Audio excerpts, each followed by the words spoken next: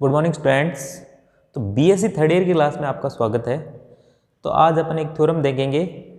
Set of are linear transformation की एक theorem है कि dimension of set of are linear transformation of U to B क्या होता है। उस पर एक थ्योरम है कि यू एक n डायमेंशनल वेक्टर स्पेस दे रखा है, v है एक m डायमेंशनल वेक्टर स्पेस है ओवर दी सेम फील्ड। दो वेक्टर स्पेस दे रखे हैं u एंड v, दोनों सेम फील्ड पर है। एक की डायमेंशन m है, एक की डायमेंशन n है। देन द वेक्टर स्पेस, हमने पिछले लेक्चर में पढ़ा था कि जो set of are linear transformation होते हैं u टू v, वो एक वेक्टर स्पेस बनाता है। देन द वेक्टर स्पेस, इसको इस प्रकार से भी डिनोट कर सकते हैं। हमने पिछले लेक्चर में ये नोटेशन लिया था, इसको ऐसे भी ये नोटेशन भी लिख सकते हैं, इसको L ऑफ यू वी, ठीक है, of are linear transformation from u into v is finite dimensional. जो u इंटू v जो set of are linear transformation है, वो इसकी डायमेंशन क्या है, फाइनाइट होनी चाहिए, एंड डायमेंशन क्या होगी, mn। ये अपने को प्रूफ करना है था। तो dimension of u to v, set of are linear transform from u to v equal to dimension of u into dimension of v, ये सिद्ध करना है। तो इसको सिद्ध करने के लिए प्रूफ करते हैं इसको। तो इसमें अपने को क्या दे रखा है, दो वेक्टर स्पेस दे रखे हैं, एक की डायमेंशन m है, एक की डायमेंशन m है। तो लेट,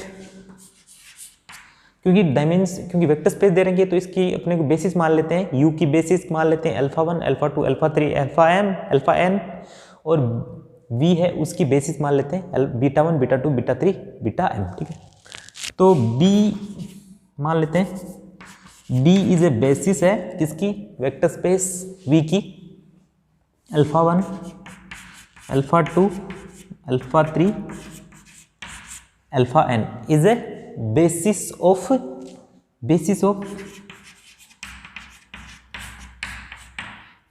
u, ठीक है। u है n डायमेंशनल है, इसकी बेसिस ये है,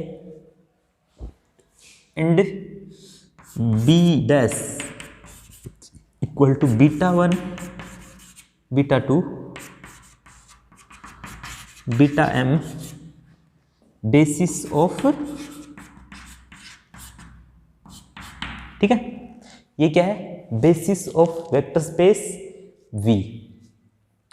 अब पिछले लेक्चरों में हमने एक थ्योरम पढ़ी थी, एक थ्योरम थी यूनिक लीनियर ट्रांसफॉर्मेशन की, वो थ्योरम इसमें यूज करेंगे। क्या थ्योरम थी, उसमें क्या था, एक u एक फाइनाइट डायमेंशन वेक्टर स्पेस था जिसकी बेसिस थी alpha 1, alpha 2, alpha 3, alpha 1, n dimensional vector space है जिसकी बेसिस में, भाई n डायमेंशनल हो तो बेसिस में n एलिमेंट होंगे, तो alpha 1, alpha 2, alpha 3, alpha n element है। और एक v एक वेक्टर स्पेस था। तो v क्या वेक्टर स्पेस था, कोई एनी वेक्टर स्पेस, फाइनाइट है इनफाइनाइट के बारे में नहीं दे रखा इसमें। एनी वेक्टर स्पेस था जिसका वेक्टर दे रखा था एक, जिसके एनी वेक्टर था beta 1, beta 2, beta 3, beta n, एक वेक्टर था इसमें। Then there exist a unique linear transformation t of, there exist a unique linear transformation from u to v। u into v में एक यूनिक लीनियर ट्रांसफॉर्मेशन एग्जिस्ट करेगा, किस type से, t of alpha i equal to beta i। ये एक theorem थी, हमने देखा था उसके बारे में। तो इस थ्योरम का यूज करेंगे अपन। इस थ्योरम को लिख देता हूं, इस थ्योरम को लिख लेते हैं अपन। u finite dimensional vector space है, वेक्टर स्पेस, ठीक है। u finite dimensional vector space है और इसकी बेसिस क्या है, बेसिस में अल्फा 1, अल्फा 2, अल्फा n, ठीक है। और v कोई वेक्टर स्पेस है, v is vector space, vector space, इसमें कोई वेक्टर है जिसमें वेक्टर है beta 1, beta 2 and beta n belongs to v, ठीक है। Then there exist a unique linear transformation, a linear transformation t u to v such that t of alpha equal to beta i vary from 1 to n, ठीक है। इस theorem का अपन use करेंगे। अब देखो similarly u U and V are two finite dimensional U and V are finite dimensional vector space दे रखी है दो, जिसकी एक की डायमेंशन m है और एक की डायमेंशन n है। तो there exist a unique linear transformation. तो by this theorem, by theorem, ठीक है, क्या है, there exist a unique linear transformation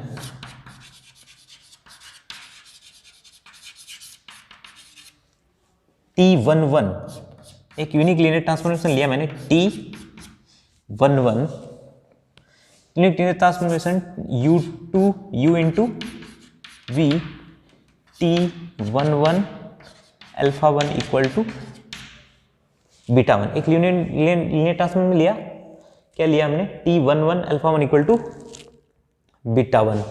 और आगे वाले जितने भी एलिमेंट है अल्फा 2, बेसिस के जितने एलिमेंट है अल्फा 2 अल्फा 3 अल्फा n, वो किस पे, 0 पे मैप हो रहे हैं।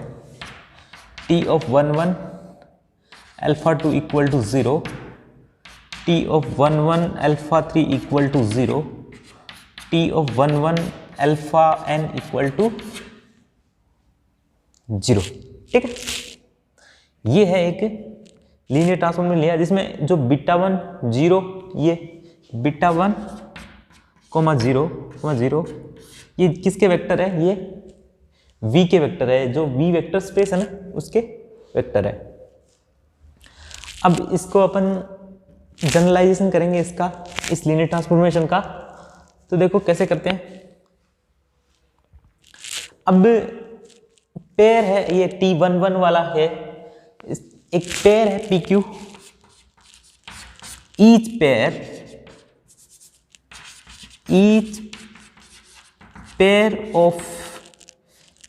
PQ, जहां P फ्रॉम वेरी, जहां P की P क्या है, P किससे वेरी कर रहा है, P है 1 से m में, और Q very from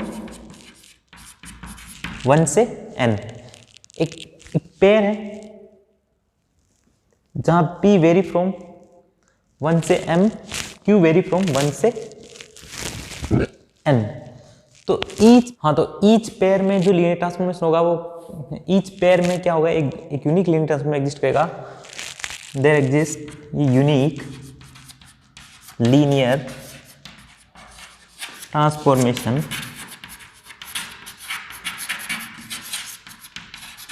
TPQ type का। किस टाइप का होगा वो, 0 आएगा T ऑफ PQ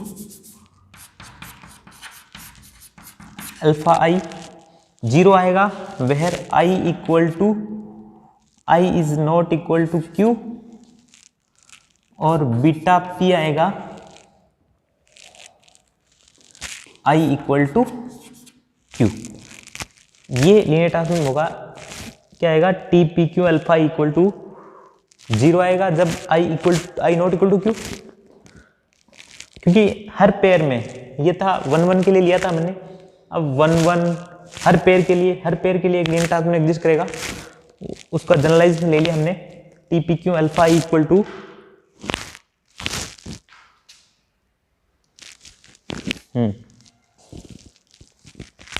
ठीक है, TPQ alpha equal to 0, BP i not equal to Q और i इक्वल टू Q, ये एक बीटा P, ठीक है, लीनियर ट्रांसफॉर्मेशन एग्जिस्ट करेगा। तो देखो TPQ alpha i equal to delta IQ into beta P। अब यहाँ जो डेल्टा IQ क्या है, ये एक क्रोनिकल डेल्टा बोलते हैं इसको, ये है डेल्टा IQ क्या है, इज ए क्रोनिकल डेल्टा। इसकी क्या डेफिनेशन होती है, क्रोनिकल डेल्टा की डेफिनेशन लिखते हैं, delta IQ equal to, delta IQ क्या है, इस क्रोनिकल डेल्टा बोलते हैं इसको। 0 आएगा जब i is not equal to Q, 1 आएगा जब i इक्वल टू, ठीक है, और delta IQ is an element of field, तो delta IQ belongs to F। तो ये एक लीनियर ट्रांसफॉर्मेशन आ गया। ये नंबर ऑफ लीनियर ट्रांसफॉर्मेशन कितने हो गए, ये देखो P from very from 1 to m, Q from very from 1 to n। तो ये नंबर ऑफ लीनियर ट्रांसफॉर्मेशंस कितने हो गए, ये mn लीनियर ट्रांसफॉर्मेशंस हो गए। अब अपन क्या करेंगे, ये जो लीनियर ट्रांसफॉर्मेशन है mn, इसका एक सेट बनाएंगे B1, एक सेट बनाएंगे B1, set of all linear transformation TPQ, P from very 1 to m और Q from very 1 to m, इसका एक लीनियर ट्रांसफॉर्मेशन बनाएंगे, एक सेट बनेगा। यदि उस सेट को अपन L ऑफ UV की यदि बेसिस बता दे तो इसकी डायमेंशन क्या हो जाएगी, mn, तो ये अपनी थ्योरम सिद्ध हो जाएगी। तो देखते हैं, लीनियर ट्रांसफॉर्मेशन आ गया TPQ alpha equal to delta IQ BP beta P, ठीक है। अब एक सेट लेंगे अपन β1, एक सेट बनाया TPQ P फ्रॉम वेरी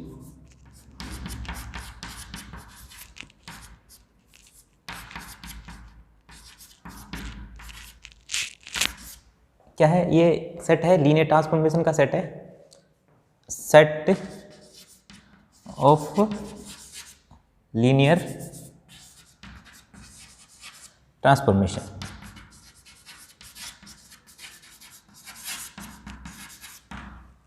कितने लीनियर ट्रांसफॉर्मेशन है इसमें, P की 1 to m, Q 1 to n, तो इसमें mn लीनियर ट्रांसफॉर्मेशन है।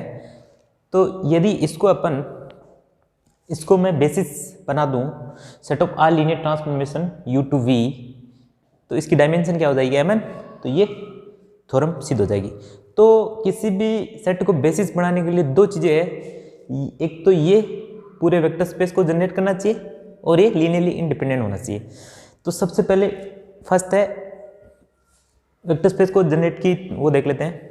First L of UV is linear span of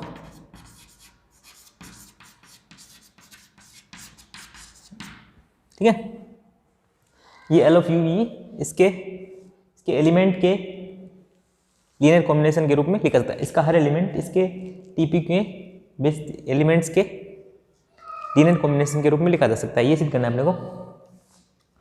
तो एक लीनियर ट्रांसफॉर्मेशन लेता हूं मैं, एक T is a linear transformation from LUV, ठीक है, एक लीनियर ट्रांसफॉर्मेशन लिया हमने, set of all linear transformation from U to V। अब अल्फा 1 क्या है, बेसिस का एलिमेंट है, तो T ऑफ अल्फा 1 ये किसका एलिमेंट हो जाएगा, ये V का एलिमेंट है, is belongs to V, vector space V है, इसका एलिमेंट है जिसकी डायमेंशन क्या है, m डायमेंशन है, ठीक है। ये तो अब ये एलिमेंट किसका है, ये वेक्टर स्पेस का है। तो वेक्टर स्पेस के हर एलिमेंट को बेसिस के लीनियर कॉम्बिनेशन के रूप में लिखा जा सकता है। तो T ऑफ अल्फा 1 को इसकी बेसिस क्या मानी थी हमने, V की बेसिस मानी थी β1 β2 β3 βm। तो T ऑफ अल्फा 1 को β1 β2 β3 βm के लीनियर कॉम्बिनेशन के रूप में लिखा जा सकता है। तो T of alpha 1 can be written as a linear combination of β1 β2 β3 βm। A11 β1 A21 β1 dot AM1 beta M, ठीक है। कितना है, A11 β1 A21 β1 AM1 βm। A11 A21 AM1 ये क्या है, ये फील्ड के एलिमेंट है। सिमिलरली इसी प्रकार T ऑफ अल्फा 2 को किस प्रकार से लिखूंगा, A21 A22 A23, ठीक है। इस प्रकार से किसको लिखूंगा मैं, ये सेम अल्फा 2 को लिखूंगा मैं A21 A12 A22 A32 AM2, ठीक है। इसी प्रकार alpha 1 alpha 2 alpha 3 alpha n, I very from तो इसका जनरलाइजेशन फॉर्म हो गया टी ऑफ अल्फा आई को क्या लिखूंगा मैं, टी ऑफ अल्फा आई को क्या लिखूंगा, A 1i beta 1 plus A 2i beta 2 plus dot dot dot A M I beta एम। तो इसको समेशन फॉर्म में लिख देता हूँ, टी ऑफ अल्फा आई क्या हो गया, summation of P vary from 1 to m, ठीक है, P vary from 1 to m A P I B P, ठीक है, beta P A P vary from 1 to m 1 to m और beta 1 beta 2 beta, ठीक है, P vary from 1 to m A P I beta P, ये आ गया T. इसको समीकरण देता हूं मैं, चलो एक नंबर दे दिया मैंने इसको, T of alpha equal to P equal to 1 to m A P I beta P, ठीक है, ये आ गया। अब एक दूसरा एक एस एक कंसीडर करता हूं मैं, एस किस प्रकार से करेंगे, इसको मिटा देता हूं, एलिमेंट कंसीडर करते हैं एस किस प्रकार से। Now consider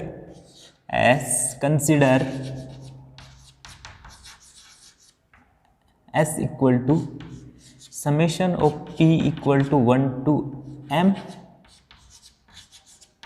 1 to n A P Q,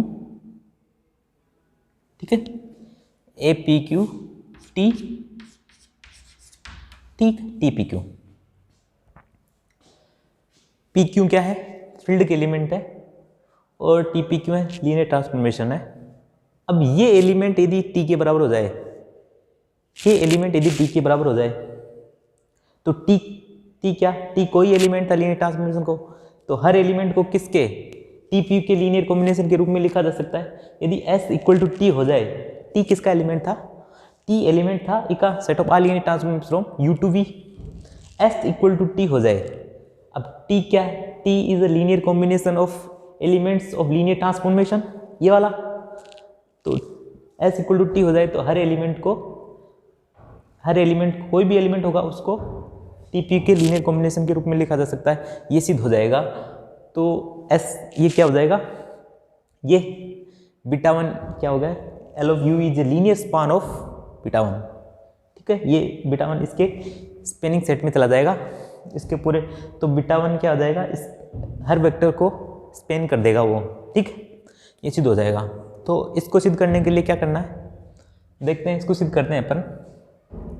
अब ये क्या है, ये टी पी क्यू क्या है, लीनियर ट्रांसफॉर्मेशन है, तो ये लीनियर ट्रांसफॉर्मेशन का कॉम्बिनेशन है, तो ये भी क्या है, ये लीनियर ट्रांसफॉर्मेशन है, ये फील्ड के एलिमेंट है टी पी क्यू, ये क्या है, तो S is also linear transformation.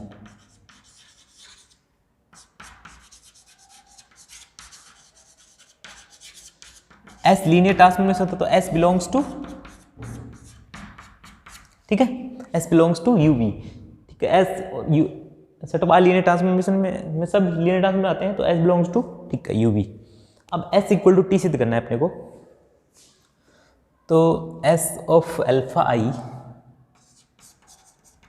Equal to summation p equal to 1 to m Q equal to 1 to n A P Q T P Q alpha i, ठीक है,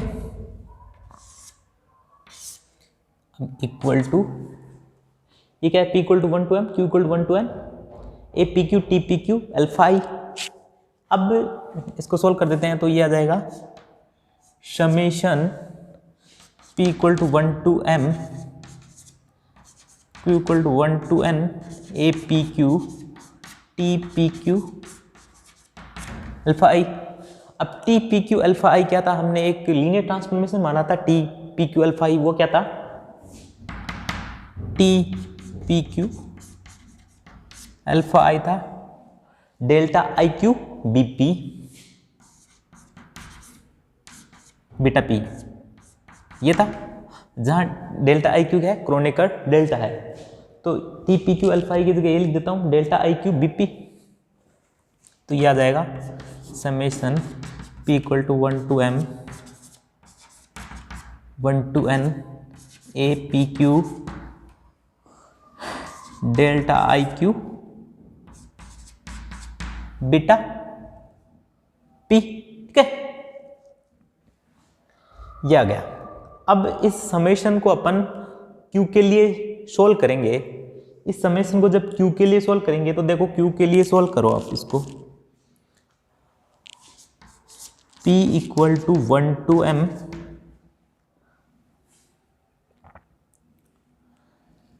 Q के लिए solve करते हैं इसको। A P one delta I one, delta I Q definition क्या थी,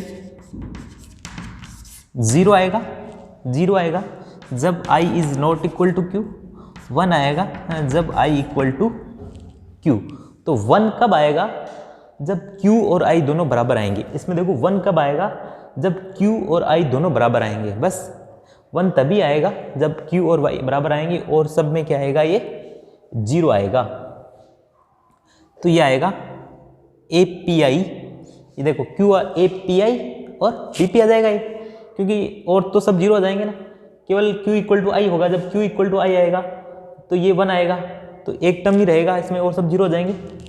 तो a P I into beta p, similarly दे देखो a P I into beta p. अब ये क्या था, T alpha i equal to क्या था, p equal to 1 to m A P I into beta p. तो ये क्या हो गया, S of alpha equal to क्या हो गया, टी ऑफ अल्फा आई, अर्थात S equal to T.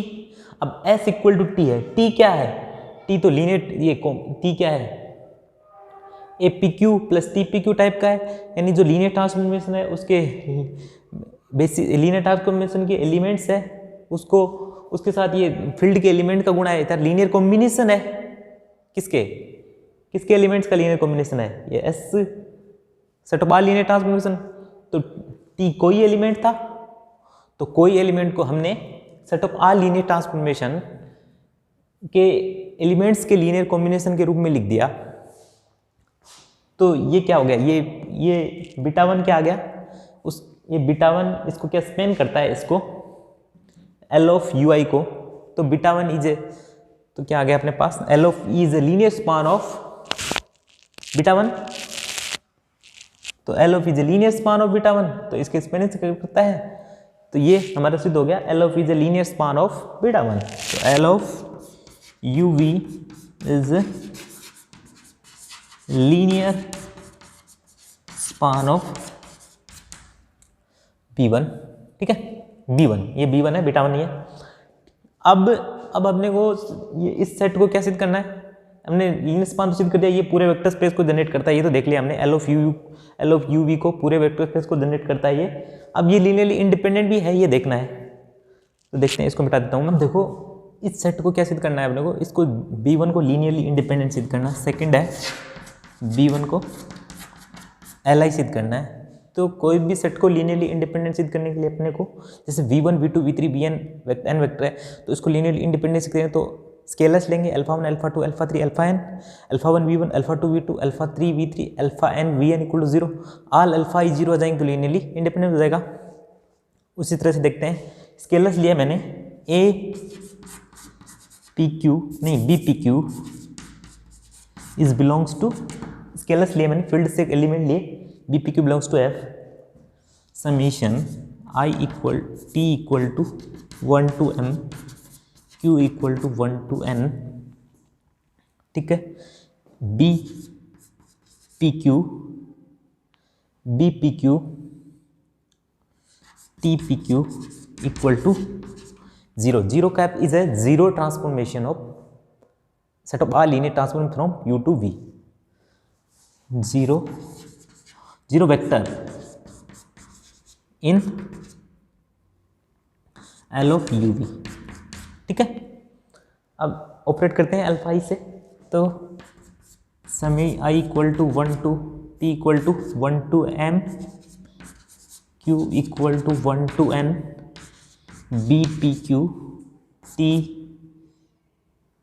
p q अल्फा i equal to 0 of alpha i तो जीरो मैप जीरो, तो ये आ जाएगा zero zero in belongs to V, क्योंकि zero of alpha equal to zero, zero equal to zero belongs to vector space में V में।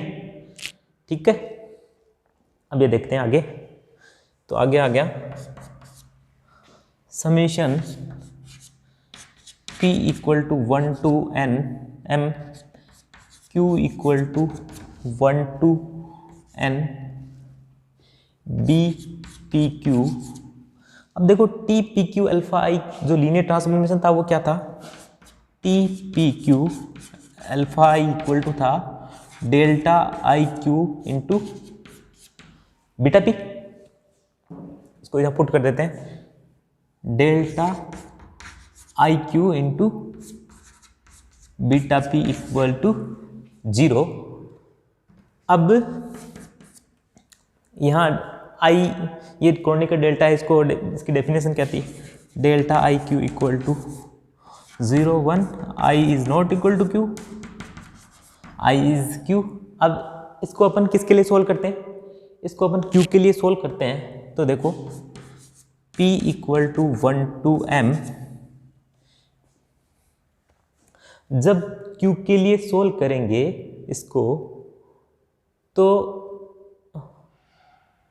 q के लिए सोल्व करेंगे तो ये आएगा, जब i इक्वल टू q होगा, जब i इक्वल टू q होगा तब इसकी वैल्यू आएगी 1 और सब में 0, तो ये आ जाएगा, ये आ जाएगा b p i into B P equal to 0, ये आ जाएगा B P I into beta P equal to 0।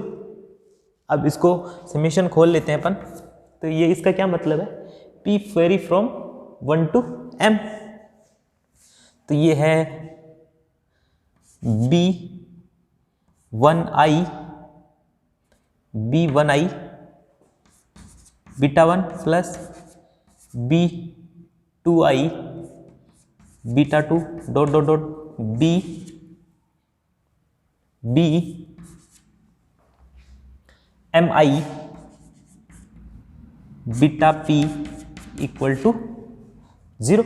अब देखो देखो beta 1 beta 2 beta 3 and p vary from m है ना, m आ जाएगा, ये m है यहाँ पे। बीटा 1 बीटा 2 बीटा 3, ये क्या था, बीटा 1 बीटा 2 बीटा m क्या थी, इज बेसिस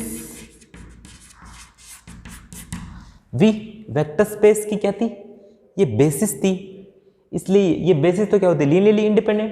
तो all b1i b2i bmi are 0, b1i equal to 0, b2i equal to 0, b3i equal to 0, bmi equal to 0 और i vary from 1 to p।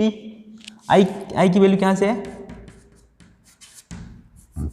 i vary from 1 to n, तो ये क्या हो गया, ये आ गया b, तो all b q are 0, b q are 0 हो गई, ये all b q are 0, b q is देखो b P Q equal to 0, p vary from 1 to, p की वैल्यू क्या थी 1 टू m और q की वैल्यू क्या आई, q की वैल्यू क्या थी 1 टू m। तो सभी जो स्केलर्स है वो 0 हो गए। तो ये क्या हो गई, ये जो b1 जो सेट था वो क्या हो गया, ये क्या हो गया, ये लीनियरली इंडिपेंडेंट हो गई। ठीक है, तो जो टी पी क्यू है वो क्या हो गया, टी पी क्यू जो लीनियर ट्रांसफॉर्मेशन थे, लीनियर ट्रांसफॉर्मेशन थे वो क्या हो गए, लीनियरली इंडिपेंडेंट हो गए। तो beta 1 b1 is linearly independent. ठीक है, अब बीटा 1 लीनियरली इंडिपेंडेंट हो गया और स्पेन कर रहा है वो एल ऑफ यू वी को। तो ये क्या बन गई, इज ए बेसिस। तो beta 1 is a basis, b1 is a basis अब नंबर ऑफ एलिमेंट कितने हैं इसमें, तो बेसिस बन गया, तो number of element of B1, तो डायमेंशन ऑफ B1 क्या होगी, dimension of B1 equal to क्या हो गया, number of element of B1 में कितने हैं, PQ MN एलिमेंट है इसमें, तो MN क्या है, MN क्या है, is a dimension of U, ये क्या है, डायमेंशन ऑफ V, और ये क्या है, बेसिस है, तो dimension of L of UV, ये थ्योरम सिद्ध हो गई, dimension of L of UV equal to dimension of U cross dimension of V।